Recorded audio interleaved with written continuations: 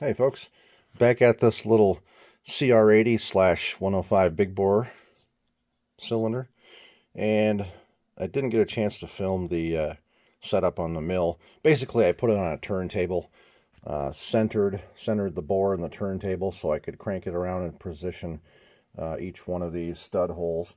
And you can see I wound up, excuse me, putting the pocket back in.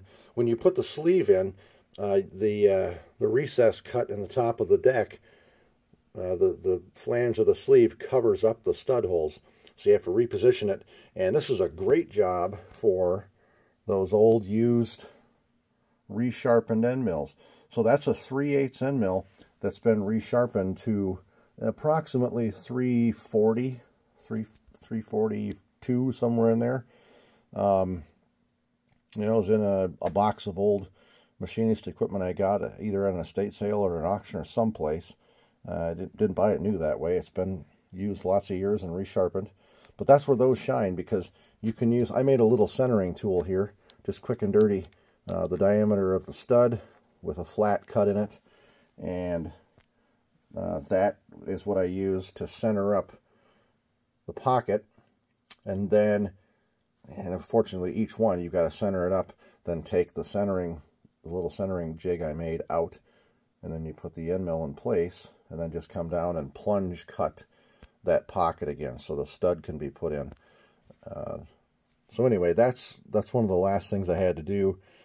Still have to hone it. It's still raw right now, but I'm going to hone this real quick, get it back to the customer yet this evening, and he'll be able to assemble it and hopefully hear it run by the weekend. It's Wednesday now, so yeah, I don't know what's on his schedule, but he's looking forward to getting this back, and I'm going to let him put the studs back in it, I think.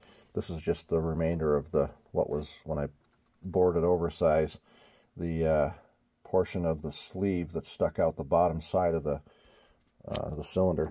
And as you can see, I cut away the assembly rings. There's a ring, when these LA sleeves come, there's a ring that it basically they cut the port out for the transfer port on each side, and then they leave it's about a 3/16 wide ring that connects it.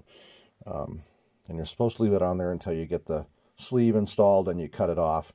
And I'll chamfer these back a little bit here so we have a little better flow.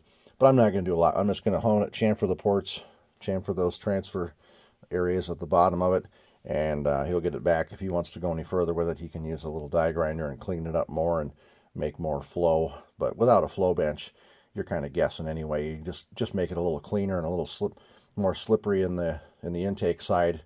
You know, obviously helps, but how much? Unless you have a flow bench, you really don't know, or a way to measure the CFM or the volume that goes through the transfer ports. So, with that being said, this one's pretty much done, and I'll end this video here. Stay tuned for the next one.